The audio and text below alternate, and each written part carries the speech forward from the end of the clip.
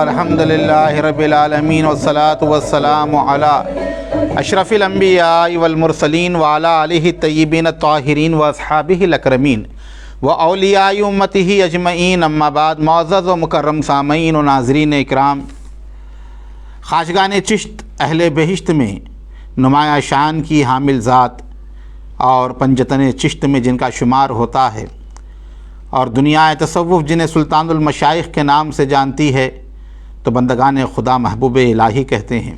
وہ ذات قدسی صفات حضرت سرکار عالم پناہی خواجہ نظام الدین اولیاء محبوب الہی کی ذات ہے۔ سلطان المشائخ نظام الدین اولیاء کے خلفاء ستاروں کے مثل آسمان ولایت پر چمکتے رہے، جن کی روشنی سے گم کردگان راہ کو ہدایت ملی اور بھٹکنے والوں کو نجات حاصل ہوئی۔ سلطان المشائخ سرکار عالم پناہی نظام الدین اولیاء محبوب الہی نے تبلیغ و ارشاد کے حوالے سے وہ عظیم الشان کام انجام دیا کہ جس کی تاریخ میں مثال نہیں ملتی۔ سلطان المشائخ کا شمار ان عظیم المرتبت اولیاء کبار میں ہوتا ہے کہ جن کی ذات پر اگلوں اور پچھلوں سب کو فخر ہے، جو فخر اسلاف بھی ہے، وہ سلطان المشائخ نظام الدین اولیاء محبوب الہی۔ آپ کے عظیم المرتبت نامور خلفاء میں ایک نمایاں نام خواجہ خواجگاں حضرت سلطان برہان الدین غریب رضی اللہ تعالیٰ عنہ کا ہے، جو 21ویں خواجہ کی مسند پر بیٹھ کر خلد آباد کی سرزمین کو اپنے نور ولایت سے منور فرماتے ہیں، جس کی شعائیں دلوں کی تاریک زمین پر پڑتی ہیں تو ایمان کی ہریالی وہاں اگاتی ہے۔ حضرت سلطان برہان الدین غریب رضی اللہ تعالیٰ عنہ وہ عظیم المرتبت ذات ہیں جو جامع علوم ظاہری و باطنی بھی ہیں اور جامع کمالات و کرامات بھی ہیں۔ اللہ نے بے شمار خوبیاں جس ذات میں عطا کی ہوں، اس ذات کا نام سلطان برہان الدین غریب ہے۔ سلطان برہان الدین غریب کی زبان حق ترجمان سے نکلے ہوئے علم و فضل کے موتی، جس کو دیکھ کر اہل معرفت اپنی آنکھوں کو ٹھنڈا کرتے ہیں اور دلوں کو تازگی پہنچاتے ہیں، ایمان کو قوت عطا کرتے ہیں، اور روح کو قوت پرواز سے مالا مال کرتے ہیں۔ سلطان المشائخ کے اس عظیم المرتبت خلیفہ نے اپنے خداداد علمی صلاحیتوں اور بصیرتوں سے جنوبی ہندوستان کے خطے کو منور فرمایا۔ ہندوستان کا عظیم تاریخ دان اور عظیم مورخ پروفیسر خلیق احمد نظامی اپنی کتاب تاریخ مشائخ چشت میں لکھتے ہیں کہ جنوبی ہندوستان میں حضرت خواجہ برہان الدین غریب اور سید محمد گیسو دراز کی خانقاہیں مرجع خاص و عام تھیں۔ شاہ و گدا سے لے کر عالم و فاضل و جاہل تک سب قسم کے لوگ ان کی خانقاہ میں آتے اور ان سے اکتساب فیض حاصل کرتے اور روحانیت کی عظیم نعمتوں سے سرفراز ہوتے۔ حضرت سلطان برہان الدین غریب کے ملفوظات آپ کے نامور مریدین نے اور آپ کے لائق ترین خلفاء نے جمع فرمائے۔ کاشانی برادران چاروں بھائی اپنے علمی مقام و مرتبے کے لحاظ سے ممتاز حیثیت کے حامل تھے اور انہوں نے اپنے شیخ کی کتاب جمع کی، ملفوظات کی اور تعلیمات کو محفوظ کیا۔ انہی میں ایک مشہور کتاب احسن الاقوال ہے جو اسم بمسمہ ہے، جس میں سلطان برہان الدین غریب نے تصوف کے حوالے سے، خانقاہ کے حوالے سے، تعلیماتی تصوف کے حوالے سے مختصر اور جامع طور پر جس طرح سمندر کو کوزے میں بند کیا جاتا ہے ایسے اقوال جمع فرمائے ہیں، ایسے اقوال ارشاد فرمائے ہیں، اور وہ عظیم اقوال آج ہماری روح کو جلا بخشتے ہیں۔ حضرت سلطان برہان الدین غریب نے جو تعلیمات بیان فرمائیں احسن الاقوال کے 16ویں باب میں آپ نے اولیاء اللہ کے معاملات میں جو فتوحات قبول کرنا ہے، فتوح سے مراد نذرانہ جو لیا جاتا ہے، اس کے متعلق آپ نے بڑی پیاری اور جامع باتیں کہ کہاں لینا ہے، کہاں نہیں لینا ہے، کس طرح کرنا ہے، اس کے متعلق ہدایت دی ہے۔ حضرت سلطان برہان الدین غریب نے فرمایا فتوح اس شخص کا حق ہے جس کو ہاتھ پاؤں نہ ہو یا اپنے آپ کو ویسا اپاہج بنا دے، یعنی کسی کام میں ہاتھ نہ ڈالے اور کسی چیز کے لیے کسی کے پاس نہ جائے اور اس کو کچھ مقرر نہ ہو، ایسے شخص کو فتوح قبول کرنا چاہیے۔ فتوحات کون لے، فتوح کون لے؟ تو یہاں فرما رہے ہیں ایک وہ شخص ہے جو اپاہج ہے، چل پھر نہیں سکتا، تو وہ فتوحات لے، نذرانے لے، اور دوسرے وہ کہ کسی کام میں ہاتھ نہیں ڈالتا، جو دنیا کے دنیاوی کاروبار سے منسلک نہیں ہیں یا تجارت سے منسلک نہیں ہیں یا دیگر جو ذرائع معاش کے ہیں جس کے ذریعے آدمی دولت کماتے ہیں، ان تمام ذرائعوں سے جو واقف نہیں ہے یا اس میں ہاتھ نہیں ڈالتا وہ لے۔ اور کون لے؟ وہ جو کسی کے پاس نہ جائے مانگنے کے لیے، پیسے کی ضرورت پڑے، کچھ حاجت ہو تو کسی امیر کے پاس جا کر ہاتھ نہ پھیلائے، تو ایسا شخص نذرانہ لے، فتوح لے۔ اور ایسا شخص جس کے لیے کچھ مقرر نہ ہو، یعنی کوئی وظیفہ حکومت کی طرف سے مقرر نہیں ہے، کوئی جائیداد نہیں ہے یا کوئی جو ہے ذریعہ معاش نہیں ہے، تو ایسے شخص کو چاہیے کہ وہ فتوح لے، فتوحات قبول کرے اور نذرانہ لے۔ فتوح کے مباح ہونے کی شرط کیا ہے؟ اگر کوئی شخص اس نیت سے کوئی چیز لائے کہ یہ آدمی مشغول بحق ہے اور وہ ویسا نہ ہو، اس کو فتوح حرام ہوگا۔ اب یہاں فرماتے ہیں کہ کوئی ایسا آدمی ہے جو اللہ تعالیٰ کی یاد میں مشغول نہیں ہے، کوئی شخص یہ سوچ کر لاتا ہے کہ یہ اللہ کی یاد میں، اللہ کے ذکر میں مشغول ہے اور وہ حقیقت میں مشغول نہیں ہے، تو اس کے لیے وہ فتوح حرام ہے، یعنی نہ لے وہ۔ پھر فرمایا جس وقت دعا گو یعنی سلطان برہان الدین غریب شیخ الاسلام خواجہ خواجگاں سرکار عالم پناہی نظام الدین اولیاء محبوب الہی نے اجازت خلافت دی، یعنی سلطان برہان الدین کو اجازت عطا فرمائی، خلافت عطا فرمائی، تو یہ الفاظ فرمائے کہ اے خلف شاہ لبتا مرید کرو، اور فتوح کے بارے میں فرمایا کہ لا رد ولا حاضہ رہنا، یعنی کوئی شخص کچھ لائے رد نہ کرو اور قط بھی نہ کرو، یعنی کسی سے طمع نہ رکھو۔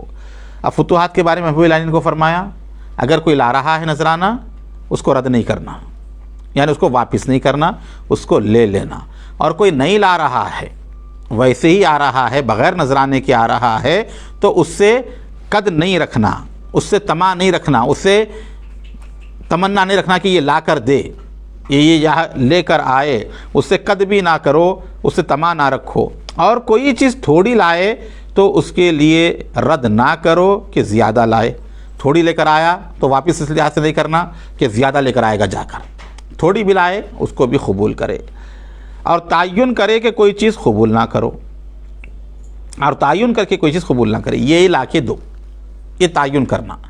تو تعین کر کے کوئی چیز قبول نہ کرے، میں یہ قبول کروں گا، میں یہ قبول کروں گا، یہ میں قبول نہیں کروں گا، اس طرح کا تعین بھی نہ کرے وہ شیخ، اور بغیر تعین کے جو ہے قبول کرے، یعنی لا رد ولا قد لا مد رہنا چاہیے۔ فتوح کے شرط صرف کرنے کی کیا ہے؟ اب فتوح کیسے صرف ہوگا، کیسے خرچ ہوگا اس کا؟ جیسے فتوح پہنچے ویسے ہی جاری رکھے، یعنی خرچ کرتا رہے، جیسے نذرانے آتے جائیں، نظر آتی جائے ویسے وہ خرچ بھی کرتا جائے، روک کر نہ رکھے، جمع کر کے نہ رکھے۔ حضرت سلطان المشائخ خواجہ نظام الدین اولیاء محبوب الہی سے نقل کرتے ہیں کہ 10 لیتے جاؤ، ایک ایک دیتے جاؤ۔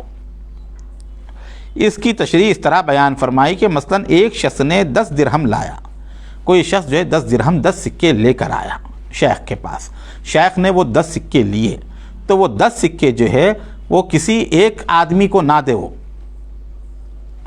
ایک ایک سکہ 10 آدمیوں کو دے، کیوں کہ ایک کے ساتھ کوئی اگر دوسرا بھی آئے گا تو وہ بھی محروم نہ رہے۔ تو فتوح خرچ کرنے میں کیا کرے کہ اگر ایک شخص کوئی کچھ لا رہا ہے تو وہ صرف ایک ہی کو نہ دے بلکہ جو ہے 10 آدمیوں میں دے، یعنی تقسیم کرے، اس کو تھوڑا تھوڑا ہی صحیح سب میں جو ہے تقسیم کرے۔ بس 10 درہم 10 آدمیوں کو دے، اور جو فتوح ملے جمع نہ رکھے، اگر جمع رکھے گا اس کی شامت سے دوسرے فتوح نہ ملے گا۔ اب وہ جو فتوحات کو جمع کر کے رکھے گا جو آ رہی ہیں نذرانے وغیرہ، اگر اس کو جمع کرے گا تو دوسرے فتوحات نہیں ہوں گے، یعنی آئیں گے نہیں، یہ فرماتے ہیں۔ بند مٹھی والے کے ہاتھ میں کچھ نہیں آتا، کھول تاکہ کھولیں، دے تاکہ لے۔ فرماتے کہ جو بند مٹھی رکھتا ہے نا اس کے ہاتھ میں کوئی چیز نہیں آتی، جو مٹھی کھلی رکھتا ہے نا اسی کے ہاتھ میں آتا ہے، یعنی جو خرچ کرتا ہے اسی کو آتا ہے، جو بند کر لیتا ہے اس کو نہیں آتا۔ فرماتے ہیں کھول تاکہ کھولیں، اگر تو نے کھول دیا ہے تو اللہ تیرے اوپر کھول دے گا، تو اگر دے رہا ہے تو اللہ تجھے دے گا، اسباب بنائے گا۔ تو یہ فتوح کے خرچ کرنے اور صرف کرنے کے بارے میں۔ اب فتوح کے قبول کی شرائط کیا ہیں وہ دیکھیں۔ فتوح کو رد نہ کرنا چاہیے، جو رد کرے گا اس کا محتاج ہوگا، جو فتوحات کو جو ہے نہیں لے گا واپس کر دے گا تو فرماتے ہیں کہ وہ محتاج ہوگا۔ جو فتوح کو رد کرے گا سوال کا محتاج ہوگا، یعنی اس کو سوال کرنا پڑے گا لوگوں سے۔ وہ شیخ جو فتوحات نہیں لیتا ہے تو ایسا حال ہو جائے گا کہ اس کو پھر آخر میں سوال کرنا پڑے گا، مگر جب معلوم ہو کہ ناجائز وجہ سے اور زکوٰۃ سے ہے، جو شیخ ہو اس کو زکوٰۃ قبول نہ کرنا چاہیے۔ اب کوئی ناجائز وجہ سے لا رہا ہے یا کوئی مشتبہ چیز ہے وہ لا رہا ہے، اور جو زکوٰۃ لا رہا ہے تو زکوٰۃ بھی شیخ قبول نہ کرے، کیوں کہ زکوٰۃ کے جو شرائط ہیں جن کے وہ مستحق ہیں ان کو پہنچے۔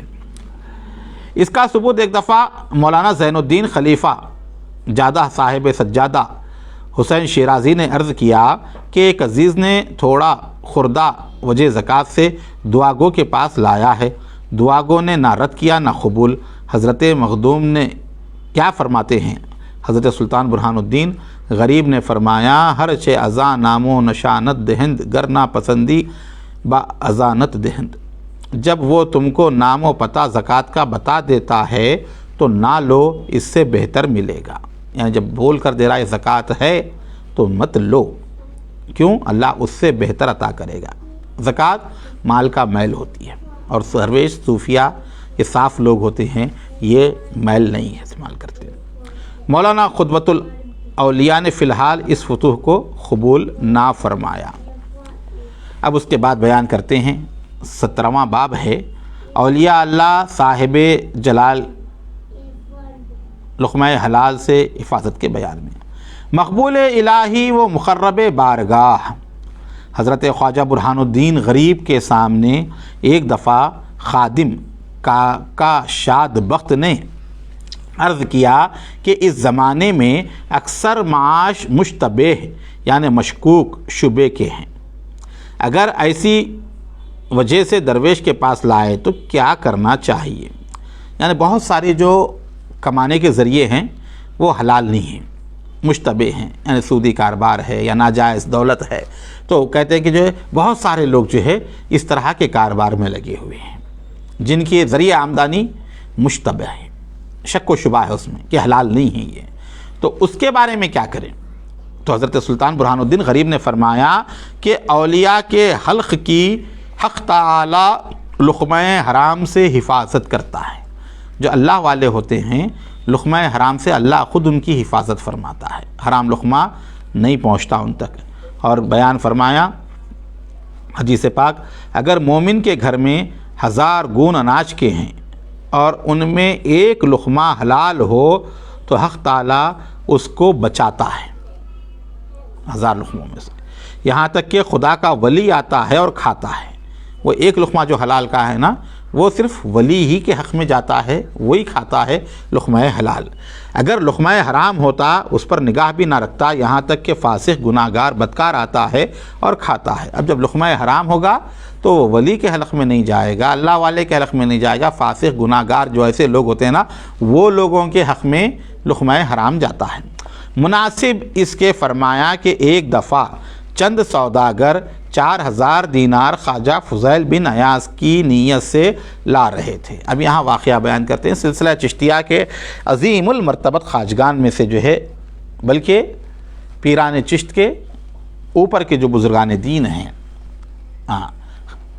پیران خواجگان چشت، ان میں جو ہے خواجہ فضیل بن عیاض کا نام بڑا مشہور ہے۔ اب یہاں پر ایک حکایت بیان فرمائی حضرت نے کہ چند سوداگر جو تھے وہ جو ہے 4000 جو ہے دینار سونے کے سکے، وہ خواجہ فضیل ابن عیاض کو نذرانہ دینے کی نیت سے، نظر پیش کرنے کی نیت سے لے جا رہے تھے۔ ہوا کیا، راستے میں ڈاکوؤں نے لوٹ لیا، وہ پورے لوٹ لیے، وہ 4000 بھی اسی میں آ گئے لوٹ کے اندر۔ اب وہ جو ڈاکو تھے وہ لٹیرے خواجہ فضیل ابن عیاض کے پاس آئے اور لا کر انہوں نے 4000 دینار خواجہ فضیل کی خدمت میں پیش کیا۔ حضرت نے خادم سے کہا لو، لوگوں نے کہا حضرت یہ تو لوٹ کا مال ہے، یہ تو لٹے ہوئے ہیں، لٹیرے ہیں، کہا کہ اٹھا لو، تمہیں کیا معلوم۔ وہ اٹھا لیے گئے 4000 دینار جو تھے، وہ حضرت خواجہ نے قبول فرمایا لٹیروں کے پاس سے۔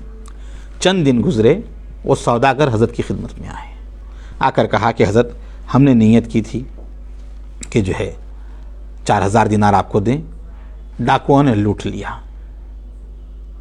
ہمارے پیسے چلے گئے۔ تو آپ نے کہا کہ ناجائز پیسہ ناجائز طرف جاتا ہے، جائز پیسہ جائز پاس آتا ہے۔ تمہارے وہ جو دینار تھے تم مجھے دینے کی نیت کیے تھے وہ مجھ تک پہنچ گئے ہیں، وہ ڈاکو جو لائے تھے وہی دینار تھے جو تمہارے دینار تھے، لوٹے گئے تھے، تم نے مجھے دینے کی نیت کی تھی، وہ ڈاکوؤں کے ذریعے مجھ تک پہنچ گئے۔ یعنی انہوں نے نیت کی تھی جہاں پہنچنا تھا وہاں پر پہنچ گئے، غرض لیکن راہزنوں نے ہمارے مال و اسباب کے ساتھ دینار کو لوٹ لیا۔ خواجہ نے فرمایا 4000 دینار ہم کو پہنچے، جو کچھ حلال تھا وہ ہمیں ملا۔ خواجہ فضیل فرماتے ہیں جو حلال تھا نا وہ حرام کے ساتھ جا کر بھی جو حلال تھا وہ ہمارے تک پہنچ گیا، اور جو حرام تھا وہ ڈاکوؤں کے حق میں چلا گیا۔ باقی کا اسباب جو ہے ڈاکو لے کر چلے گئے، کیوں 4000 جو دینار تھے حلال تھے۔ تو کہا کہ جو حلال تھا وہ پہنچ گیا ہے ہم تک، اور جو حرام تھا وہ ڈاکوؤں نے لے کر چلا گیا۔ پھر فرمایا جو شخص ہر نماز کے بعد اس دعا کو چند مرتبہ پڑھتا ہے، اللہم ارزقنا رزقا لا تؤاخذنا بہ، خدایا ایسا رزق عطا کر جس کا تو قیامت میں مواخذہ نہ ہو، سوال نہ ہو جس کا، مجھے ایسا رزق دے، ایسی رزق عطا فرما، جس کے بارے میں قیامت میں مجھ سے سوال نہ ہو. یہ دعا جو ہے کرنی چاہیے بندے کو. تو اللہ رب العزت اس کو رزق طیب عطا فرمائے گا اور کوئی مکروہ چیز اس کے حلق میں نہیں جائے گی. جو ناپسندیدہ چیز ہے وہ کبھی نہیں جائے گی. وہ بادشاہ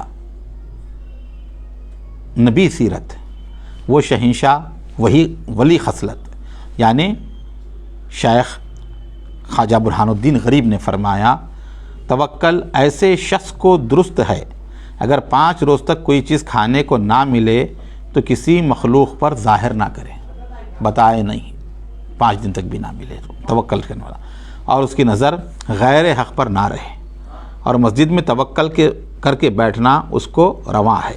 بار بار دروازے کی طرف اس نیت سے نہ دیکھے کہ کوئی آدمی آتا ہے اور کیا چیز لاتا ہے، تو دروازے کی طرف نظر نہیں لگانا کہ کون آنے والا ہے، کیا لانے والا ہے. اللہ پر بھروسہ کرنا. جو شخص اس نیت سے مسجد میں بیٹھے گا بیکار وہ بھوکا رہے گا. اس نیت سے کبھی مسجد میں نہیں بیٹھنا کہ کوئی آئے گا تو لائے کے دے گا، مسجد میں بیٹھ رہا ہے. اس کا ثبوت ایک دفعہ ایک ہے کہ مسافر سلطان المشائخ خواجہ نظام الدین اولیاء محبوب الہی کے نزدیک آیا، چند روز کے بعد رخصت ہوا اور دہلی میں قرابت والوں کی ملاقات کو گیا. رشتہ داروں کے مکان کے قریب ایک مسجد تھی، اس میں اس نیت سے توکل کر کے بیٹھا کہ رشتہ داروں کے گھر سے روٹی پانی پہنچے گی. کئی روز رہا، کسی نے خبر نہ لیا. وہ جا کر مسجد میں بیٹھ گیا. آخر میں نظام الدین اولیاء محبوب الہی کی خدمت میں آ کر پوچھا اگر کوئی آدمی توکل کرے اور پہلے روز نہ ملے تو کیا کرے؟ محبوب الہی نے فرمایا دوسرے روز تک صبر کرے، اور اگر دوسرے روز بھی نہ ملے فرمایا تیسرے روز تک صبر کرے. عرض کیا تیسرے روز بھی نہ ملے تو فرمایا پھر اس کا پورا توکل خدا پر نہ ہوگا، یعنی خدا پر اس کا بھروسہ نہیں ہے. 3 دن تک وہ بیٹھا رہے، اگر خدا پر بھروسہ کر کے بیٹھا ہے تیسرے دن کوئی نہ کوئی چیز پہنچ جائے گی. کیونکہ جن لوگوں کی نظر خدا پر ہوتی ہے اللہ انہیں ضائع نہیں ہونے دیتا. مناسب اس کے انہوں نے جو ہے ربائی پڑھی، اے بندے میری طرف بھاگ اور اپنے کو تسلیم کر دے. اگر بادشاہ جہاں نہ ہو تو پھر گلا کرنا اطراف عالم میں اتنا پھر کے پاؤں میں چھالے پڑ جائیں، اور تحقیق کر لے اگر مجھ سے بہتر ملے تو ہم کو چھوڑ دے. مطلب یہ کہ پورے توکل اور رضا پر قائم رہو. غیب سے رزق دستیاب ہو جاتے ہیں اور خدا خود کفیل و کارساز بن جاتا ہے. توکل کیا تھا؟ متوکل کو ان 8 قسموں سے کھانا نہ چاہیے. جو اللہ پر توکل کرنے والا ہے، بھروسہ کرنے والا ہے، وہ ان 8 قسموں سے رزق حاصل نہیں کرے گا. کون سی قسمیں ہیں؟ پہلی امامت، دوسرے موذنی، تیسرے ختم، چوتھی درس، 5ویں تعلیم، 6 اجرت، کتابت، 7ویں روزینہ اوراد، 8ویں کسب. متوکل سے اس سے بہتر کچھ نہیں کہ اگر غیب سے ملے کھائے ورنہ صبر کرے، کیونکہ متوکل کو کسب کرنا برا ہے. اب جو مکمل طور پر اللہ پر بھروسہ کر کے بیٹھتا ہے تو وہ ان چیزوں کے ذریعے بھی جو ہے پیسہ نہ کمائے. توکل کرنے والا فرمایا ایک شخص کا توکل کے ساتھ عشاء کی 13 رکعت ادا کرنا بغیر توکل کے ساری رات عبادت کرنے سے بہتر ہے. اللہ پر بھروسہ کرتے ہوئے 13 رکعت پڑھنا وہ ساری رات عبادت کرنے سے بہتر ہے. اور فرمایا جو شخص یہ آیت مبارکہ، یہ مشہور و معروف آیت ہے، تمام چشتیہ سلسلے کے بزرگوں نے جو ہے، بابا حضور گنج شکر نے اور غریب نواز سرکار نے، دیگر بزرگوں نے جو ہے اس کے بارے میں فرمایا وَمَن يَتَوَكَّلْ يَجْعَل لَهُ مَخْرَجًا تَقَدَّرَ. ہر نماز کے بعد 5 مرتبہ اور اس آیت کو پڑھے تو اللہ تعالیٰ غیب سے رزق عطا فرمائے گا. درویش کو چاہیے کہ فقیری پر صبر کرے. جو شخص صبر نہ کر سکے تصبر کرے، یعنی تصبر میسر نہ ہو تو ہر روز سورہ عصر 75 مرتبہ پڑھے، اللہ تعالیٰ اس کو صابروں سا بنا دے گا. مناسب اس کے فرمایا کہ بابا فرید گنج شکر کے یہاں کئی فاقے گزرے. شیخ کے خدمتگار عاجز ہو گئے اور عرض کیا کہ آپ خطب ہو، فخر و فاقے کو برداشت کر سکتے ہو، ہم بھوک کی تاب نہیں لا سکتے. اب زیادہ دن ہو گئے تھے تو اب جو خادم جو تھے ان لوگوں نے کہا آپ تو بڑے اللہ والے ہیں، آپ برداشت کریں گے، ہم کہاں سے برداشت کر سکتے ہیں.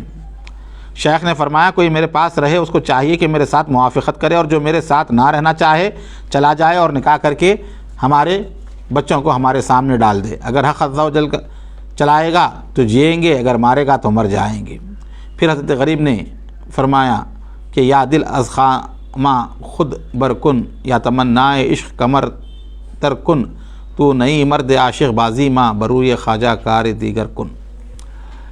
تو نے مجھے فخر و فاخہ نصیب کیا اور خودی سے بے خبر اپنا ہم نشیں بنایا. یہ مرتبہ تیری درگاہ کے مخربوں کا ہے. آخر کس عمل کے سبب مجھے ایسا بلند مرتبہ عطا کیا؟ پھر فرمایا یہ 4 چیزیں عنایت الہی سے ملتی ہیں. اللہ جس کو عنایت کرتا ہے انہی کو 4 چیزیں ملتی ہیں. پہلی چیز کیا ہے؟ صدق، سچائی، اخلاق، یقین، اعتقاد.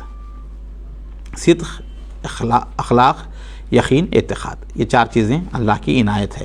الہی مجھ بیچارے کو اس نعمت سے خط کافی اور حصہ وافی عطا عنایت فرما. یہ تھی 18ویں باب کی ارشادات. انشاءاللہ تعالی اصحاب قناعت جو ہوتے ہیں جو کچھ ملے اس کے اوپر جو گزر بسر کرتے ہیں، اور پھر اس کے بعد دیگر تعلیمات کا بیان رہے گا.